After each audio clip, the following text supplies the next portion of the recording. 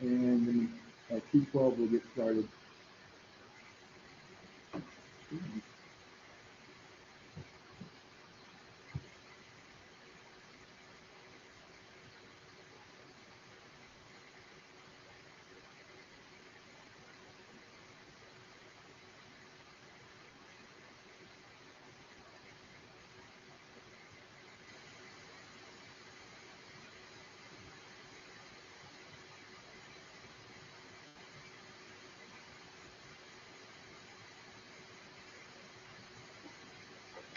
Oh, let's see. Okay, let me get my pen going here.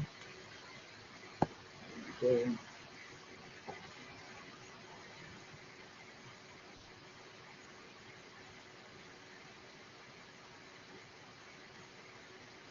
All right, so guys, it is time. So let's go ahead and continue where we left off. So this next problem here says combining the quotient rule and the product rule. Okay, so h of x is equal to 2x to the third times k of x over 3x plus 2. We're going to find the derivative of our function.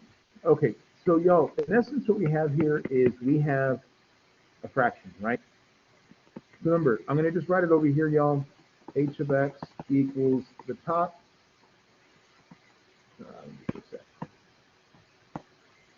So when we have a fraction that looks like this, when we find the derivative, we're going to take the bottom times the derivative of the top minus the top times the derivative of the bottom all over the bottom part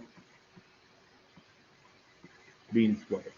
Okay, so let's go ahead and apply this rule here, y'all, to our particular problem. Okay, so it says the bottom function. So the bottom function is 3x plus 2. Okay, now we're going to take the derivative of the top. But the top is actually a product, right? The top is being multiplied. So remember, when we're going to take the derivative of something like that, we're going to say, let's take the derivative of the first piece, which in this case is 2x to the third. So the derivative of 2x to the third should be something like 6x squared, and then we're going to leave the second function alone,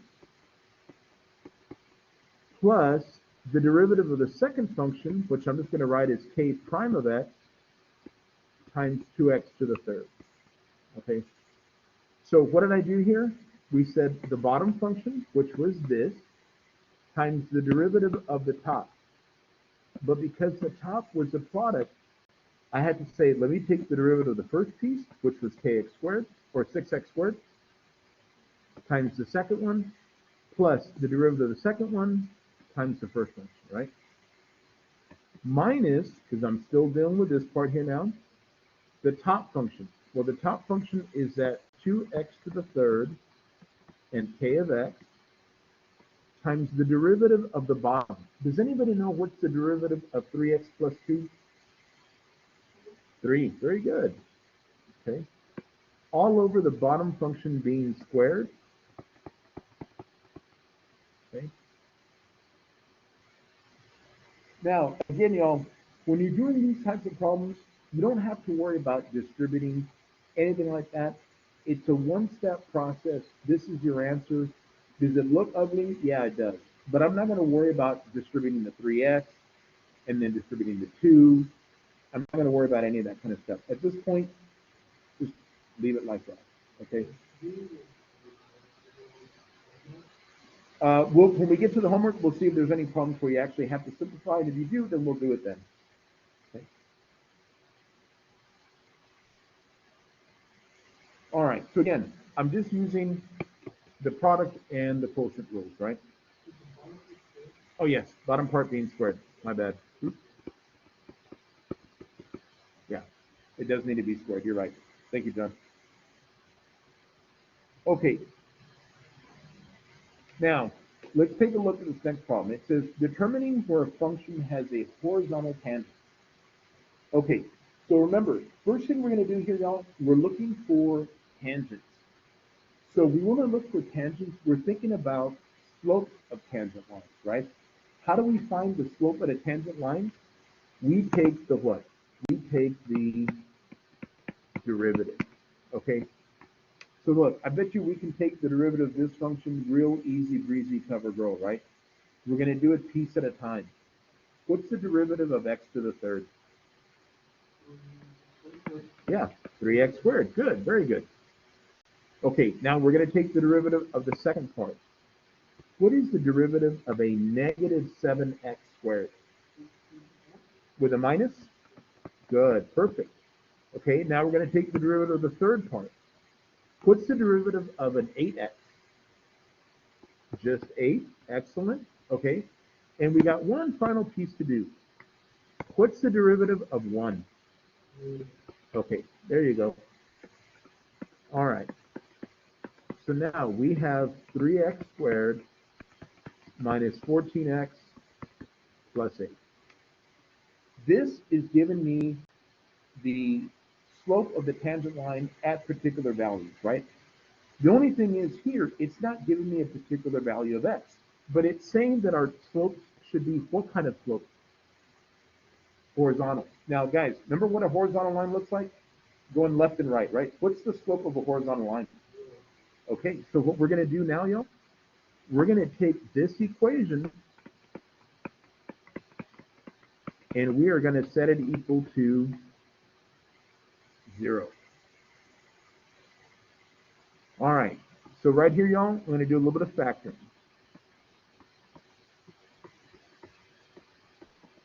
Okay, so why am I putting 3x and x in the first? Because those need to multiply to 3x squared, right? What number am I trying to get at the very end? An 8. But I want the middle number to be what kind of number? Negative. So look, y'all, I'm going to put a minus 4 and a minus 2. Now I'm going to show you something. Now, do you agree with me that 3x times x gives me 3x squared? Right? If we were to pull it out? Okay. Do you agree with me that negative 2 times the negative 4 would give me a positive 8? Okay, so now the only thing we got to do is to make sure that the middle pieces are really going to give me that negative 14x. So the way I verify that, y'all, is multiply the outside term. What's 3x times negative 4? Negative 12x. Multiply the ones inside. What is negative 2 times x? Negative 2x. If I combine them, is that my negative 14x? Okay. So when you're doing this by trial and error, you got to make sure that your middle pieces really do give you that minus 14x. So guys, before I go on real quick, I just want to emphasize something. If I would have written the minus 4 here and the minus 2 here, it would not have worked. Because this would have given me a negative 6, this would give me a negative 4, and that would give me negative 10 when I really want to get negative 14. You see what I mean? So I have to check that those pieces really are going to work when I want them to work. You know what I mean? I got to make sure that I check them right. So that was a minus 4 and a minus 2. Yeah. So I'm saying if I flip them, it wouldn't work, right? I just showed you right. I just showed you guys right now, right? Look, I'm going to show you again real quick, y'all. Minus 2 and minus 4. What is 3 times negative 2? Negative 6, right? What is negative 4 times x? What does that add up to? Hey, not the same thing, right? Why? Because I'm multiplying different numbers. I'm multiplying 3 and negative 2 when I really want to multiply 3 and negative what? I really want to multiply 3 and negative 4, don't I? So that's why you have to check. You see what I mean? So you're looking for, again, that's just factoring, guys. You're looking for the ones that are going to work. Okay, so you kind of have to play around a little bit. If you're good at factoring, great. If you're not, make sure you check. All right, we're going to set, I'm sorry? Or get a calculator, right? Okay, so look, we're going to set each part equal to 0. Okay. So look, y'all, when I move that negative 4 over, you agree that I get a positive 4? So here's my first answer. When we move that 2 over, we get a positive 2, but then we got to divide it by 3.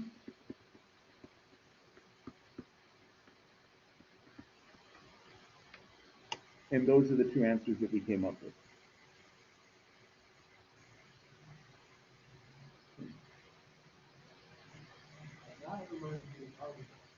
So that's algebra, right?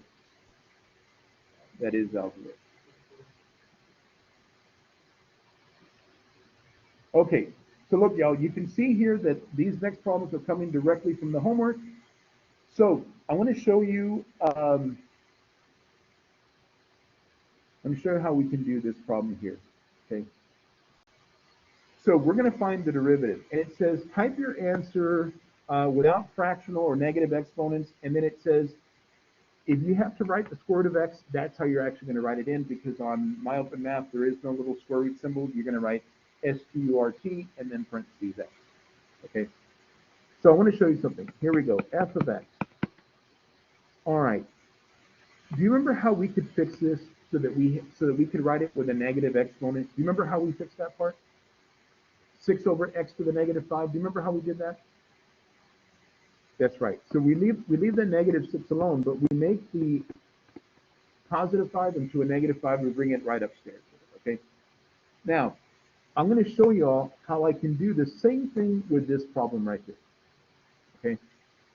So this is negative 8. Now, y'all, when I have the square root of x, the way I can write the square root of x with powers is to the power of 1/2. Okay. Just to give you a heads up, if I would have had the cubic root of x, it would have been the power of 1/3. If I would have had the fourth root of x, it would have been the power of 1/4. Does that make sense? Okay. So now, remember what we said. If we're going to find our derivative, remember the rules we used? We said, look, let's leave the negative 8 alone. What do we do with this exponent? We bring it to the front. Here it is, 1/2. Then we're going to take x, and then do you remember what we do with these powers? We have to subtract how much from it. So what is 1/2 minus 1? Very good. Negative 1/2. Okay. We're going to keep going. Now we have that negative 6 there. Now what number are we going to bring down to the front of it? Negative 5, right? It's a negative 5, so I got to put my negative 5. Now we're going to subtract 1 from this guy. So what's negative 5 minus 1? Very good. Okay. Now let's go ahead and do the simplifying part here, y'all. So we're going to go f prime of x equals question. What is negative 8 times 1/2? Negative 4? Negative 4, right? Okay.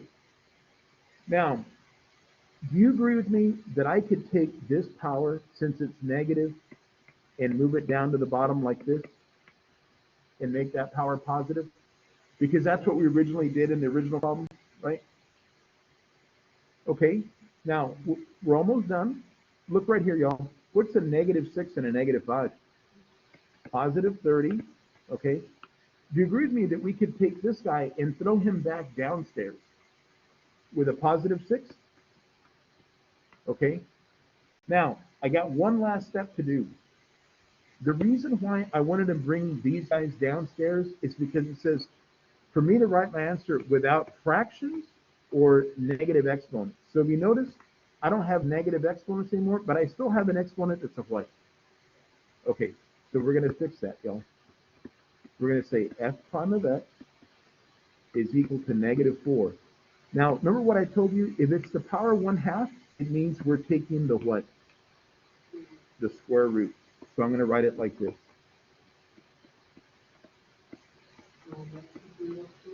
We're not kicking it upstairs because it's positive and it's on the bottom. The only time that I'm moving stuff is if I would have brought it upstairs, then my exponent would have become a negative, right? Isn't that what we did here? We brought this guy, before we took the derivative, we brought him upstairs and the exponent was negative. And so if I were to bring this guy upstairs, all I would be doing was making that exponent to a negative 1/2. And that's what we did to begin with, right? We had the negative 1/2. We kicked it downstairs so the exponent wouldn't be negative anymore.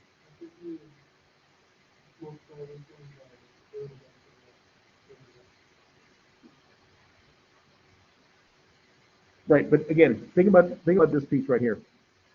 See how my exponent is negative?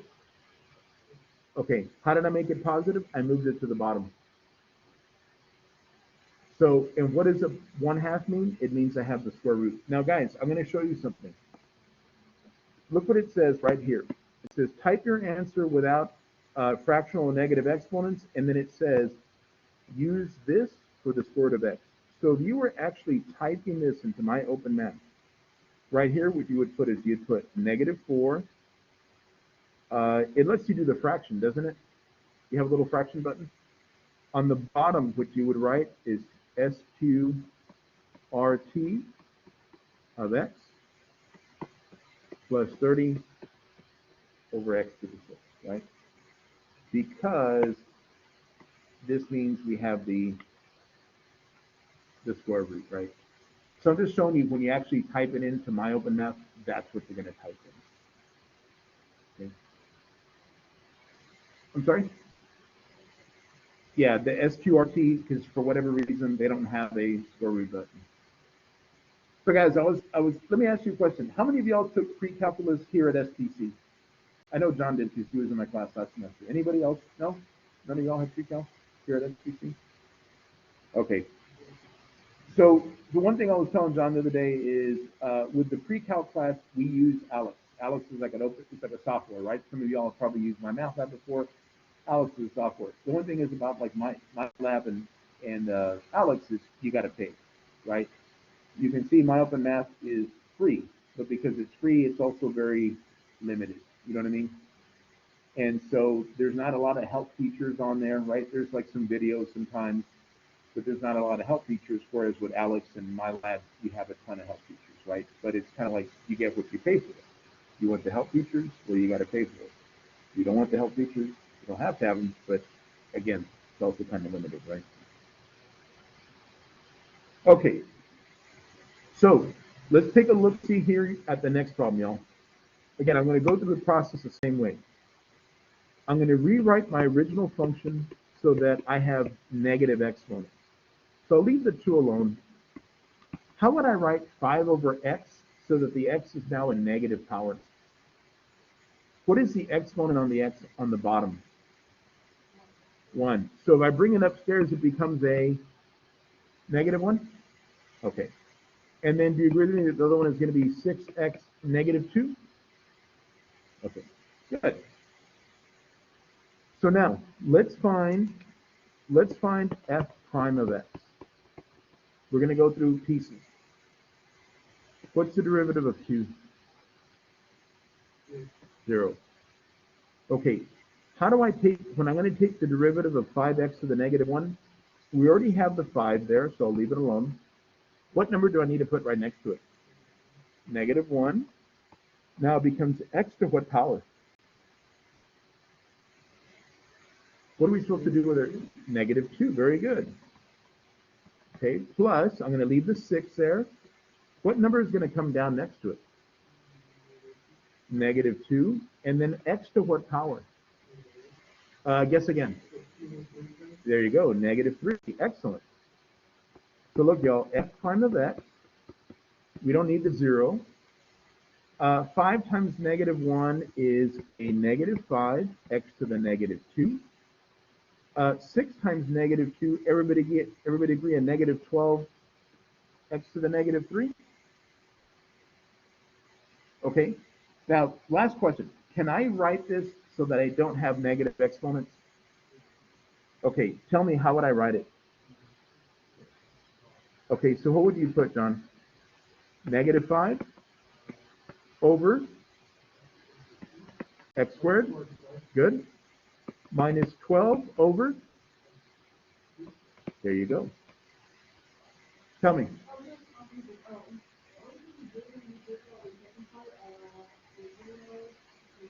Because the derivative of a constant is 0.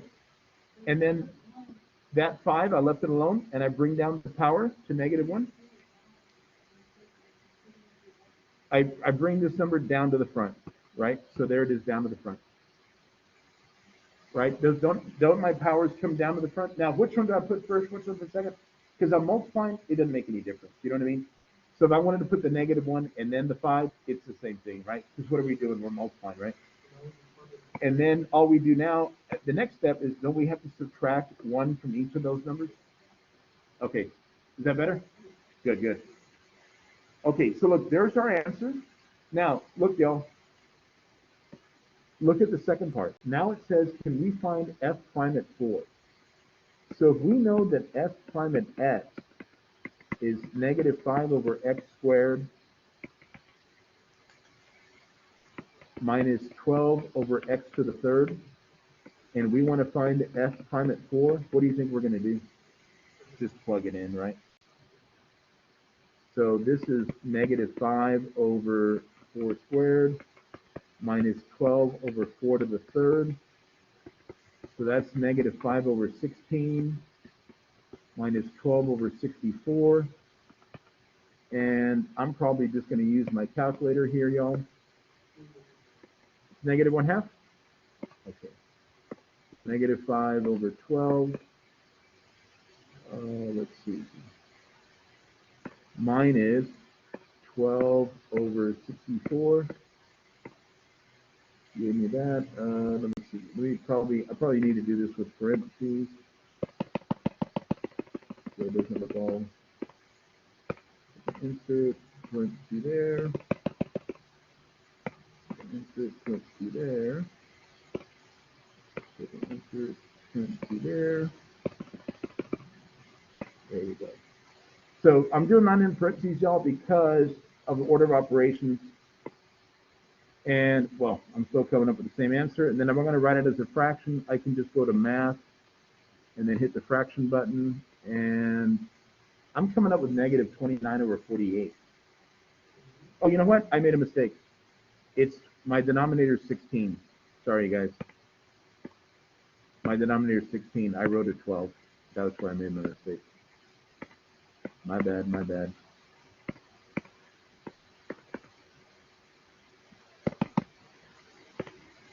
Over 64. There we go. Yes.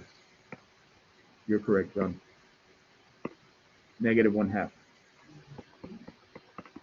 Okay. There we go. Okay. Yeah, I don't know why I put it 12. I think I was looking at that 12.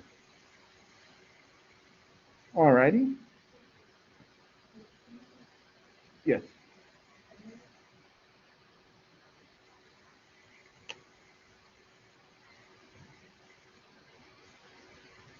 You're welcome. You're welcome.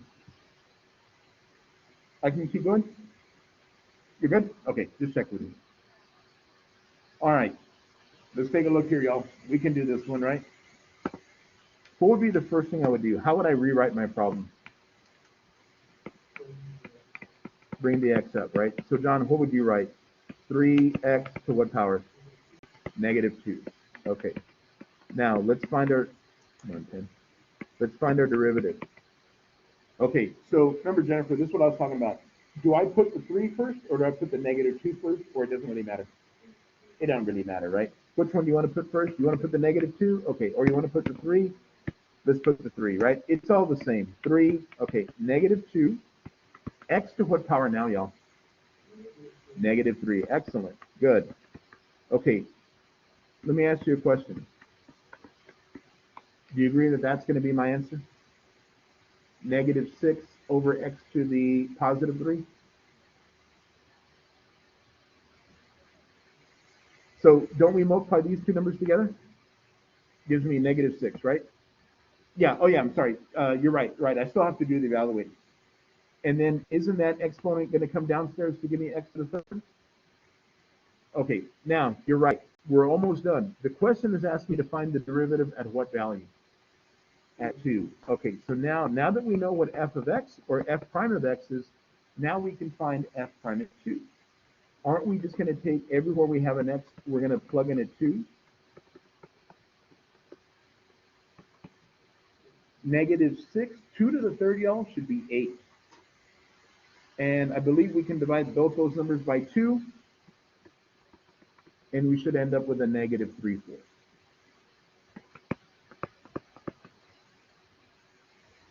And there's my answer.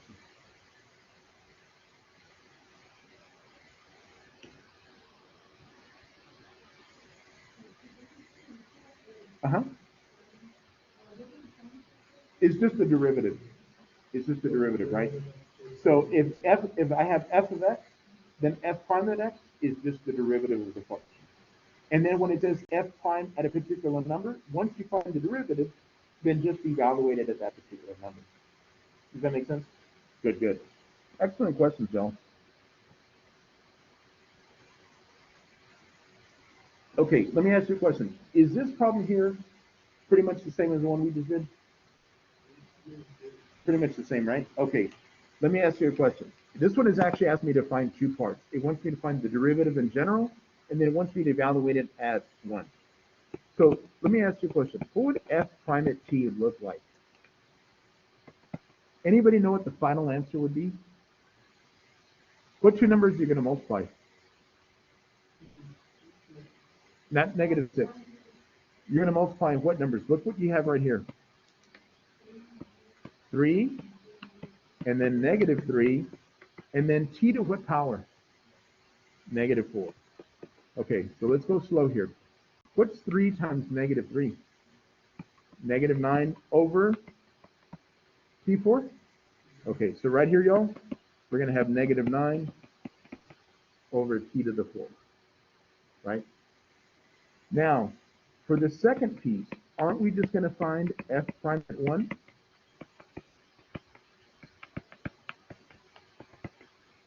Wouldn't that just be negative 9 over 1 to the 4th? Which should just give me negative 9. Better? Yeah. All righty. Good, good, good. Okay. So again, just making sure that we're good here, y'all. Take a look at this next function. It says, let f of x be equal to 7x plus 28x to the 28 over x squared. Then the equation of the tangent line to the graph at this point 2 and 21 is given by, and here we go. So we're looking for a couple of things here. First thing, y'all, let me write my function like this. Does that make sense? As my first step, before I even start doing derivatives, hey, if I have that x to this x over x squared, let me write it as x to the negative 2. Okay, my question to you, what would f prime at x look like? Oops, not prime at 1, but prime at x. If I wanted to take the derivative, what would I end up with? What's the derivative of 7x? Oh, hold on, let's go slow. What's the derivative of 7x? 7. Okay. Plus 28 times what number? Negative 2 times x to what power? Negative 3. Okay, let's go ahead and fix that so it looks a little bit better. Come on, then. Okay. 7, let's see, 28 times negative 2. Everybody agree that's a negative 56 over x to the third? Since we have an x to the negative 3, we can just bring it downstairs? Okay. Now, guys, I want to point something out. Do you see how they give us that point 2 and 21? Remember when we do this equation here? We know that our x1 and our y1 is that point 2 and 21. But we need to find the slope at this particular point. So we're really finding the slope when x is equal to 2 because that's the x value that they gave us. Does that make sense? Okay, so look what we're going to do. We already know what our f of x looks like. What we're going to do now, we're going to find the slope. So we're going to say, look, we're going to take 7 minus 56 divided by 2 to the third. So 7 minus 56 divided by 8. So what is 56 divided by 8? 7. And 7 minus 7 is 0. So y'all, we found the slope of the line. The slope of the line at that particular point is 0. Okay. Now, we're almost done. If we know that our m is equal to 0, and here's my point, 2 and 21, remember what I'm going to do? I'm going to come back to this guy right here. And we're going to say, look, y minus 21 equals our m, which we just found to be 0, x minus 2, because that's the value that they gave us to begin with. Okay. what's going to happen to this whole piece right here? It's going to go to 0, right? So we're going to have y minus 21 equals 0. So when I move that negative 21 over, what kind of 21 is it going to become? Positive 21. Y'all, that right there is my value of b, right? Because when we solve the equation for y, we end up putting it in that form, y equals mx plus b. So the number that we have by itself is telling me the y-intercept. So in this case, that's the value of b. Okay. It just so happened that when we did our problem, our slope ended up being 0. Is it always going to be 0? I don't know if this problem is one where the slope is always going to be 0, but in this case, the one that we did, that's what we ended up getting, right?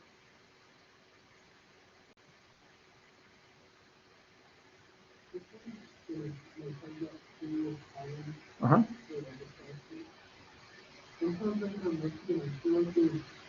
One of the variations is significantly more work than the other. So look, y'all, again, these problems, I copied and pasted directly from there, right? So look, let's see if we can find this first one here.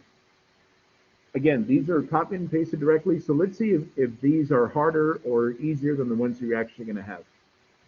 So let's take a look. It says if f of x equals 3x squared minus 5x plus 5, let's find the derivative. Okay, so y'all remember, when I'm going to find the derivative at 5, before I find the derivative of 5, I'm just going to find the derivative in general, and then we'll plug in the number at 5, right? So what is the derivative of 3x squared?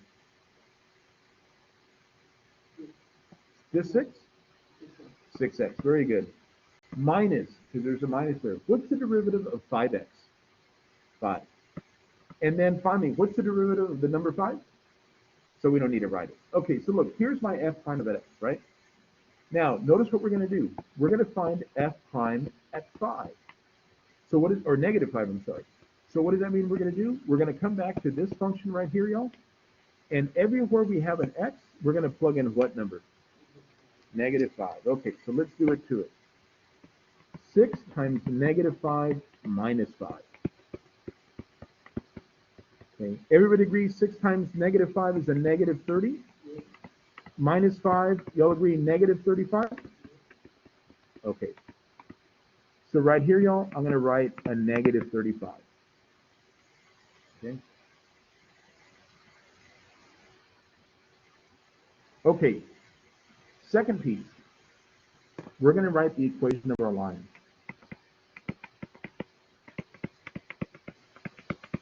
Okay.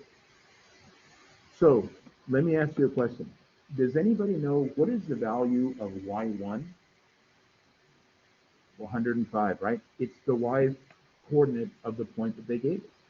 So y minus 105 equals m. Did we find m already? It was what number? Man, I could have stayed home today, guys. You already know what to do. Perfect. You guys are doing great. X minus, what is my x value? Negative 5. Don't forget to put that other negative there. Okay. Quick question. Do you agree that we can do this? Okay. So y minus 105. Let's see. Negative 35 times x is a negative 35x. Okay. We need to take negative 35 times 5. Negative 175. Okay. And then the last step, guys, how do I get rid of that minus 105? We're going to add it to the other side. Okay. So now look, we're going to go y equals negative 35x. Anybody know what's negative 175 plus 105? Negative 70. Okay. Last step, y'all. We're going to fill in the blanks. What did we say our m was? Just the numbers. So just negative 35. Good. And then what's the b? And you got it. Working? Is it working? Thumbs up, thumbs down? Yeah, sometimes they are. Okay, so look, Al. We got 4 minutes. So let me ask you a question. Would I do this problem the same way or differently than we just did the one before? We do the same thing. The only thing is different is now they're saying, well, what's the equation of the line? So do you see how when we did our problem before, we got this line right here? All we would have to do is, right, because it's not telling me what's the slope, it's telling me what's the equation of the line. And notice how it says y equals already. You see this right here? It says y equals already. So then the only thing I would really enter in would be that part, right? So I'm just going to give you a little heads up. Oh, man. Okay, I'll tell you what. We do got a couple minutes. I want to do this problem here because I think this is the last one here. Yes, it is the last one. Okay, so I know we're running out of time, but we're going to be okay. Let's do it like this. We're going to find the derivative of the product at 10. Okay, so remember, guys, when we're doing the derivative of a product, remember how we said we can do that? We can take the derivative of the first times the second plus the derivative of the second times the first. Now, which ones do you put first or second? It doesn't really matter because you're adding here. So if I wanted to say, well, I'm going to do this part first and then I'm going to do that part, it doesn't make any difference because you're adding, right? And what numbers you add and what numbers you subtract, it makes no difference. Remember we showed earlier, hey, if you're multiplying, take the derivative of one, leave the other one alone. Take the derivative of the other one and then leave the first one alone. You have a lot of like freedom on how to do this part.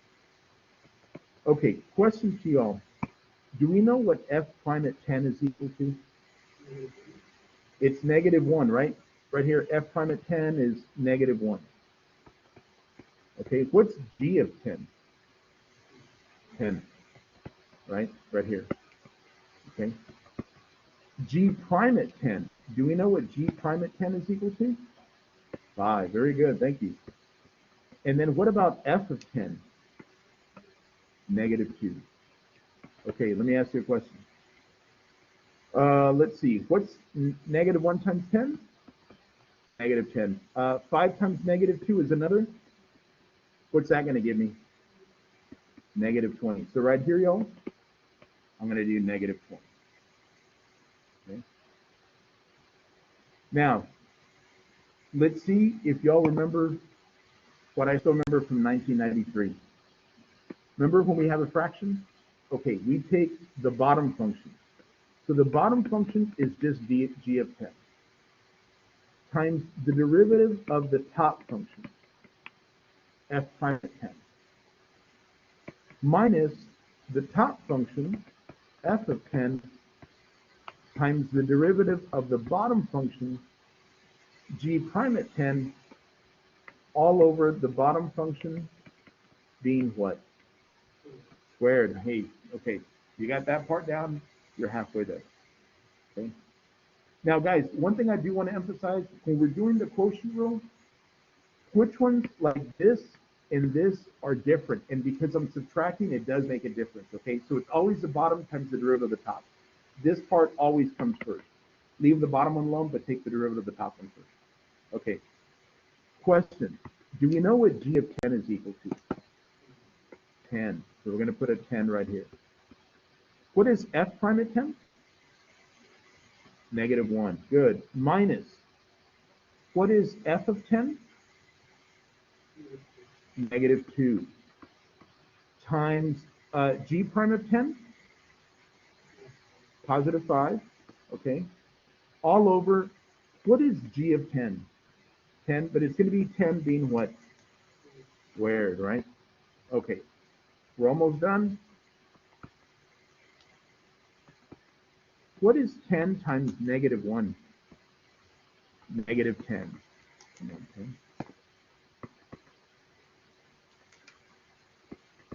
-10. Okay. Guys, what's going to happen right here? Minus -2 times 5. That's going to become a plus 10. All over 100. So it's 0, right? So it's -10 plus 10 is 0. 0 divided by As long as it ain't 0, it's going to be 0. All right. Okay, guys. So I hope your brain loses swelling this evening because I know we did a whole lot. I didn't anticipate 3.3 taking us this long, but it did. So, guys, on Wednesday, we'll do 3.4. I don't know if we'll do more than that. We'll just kind of play it by ear, okay? But we'll definitely do 3.4. So, guys, let me stop recording. And again, I don't want to keep you out here because I know our class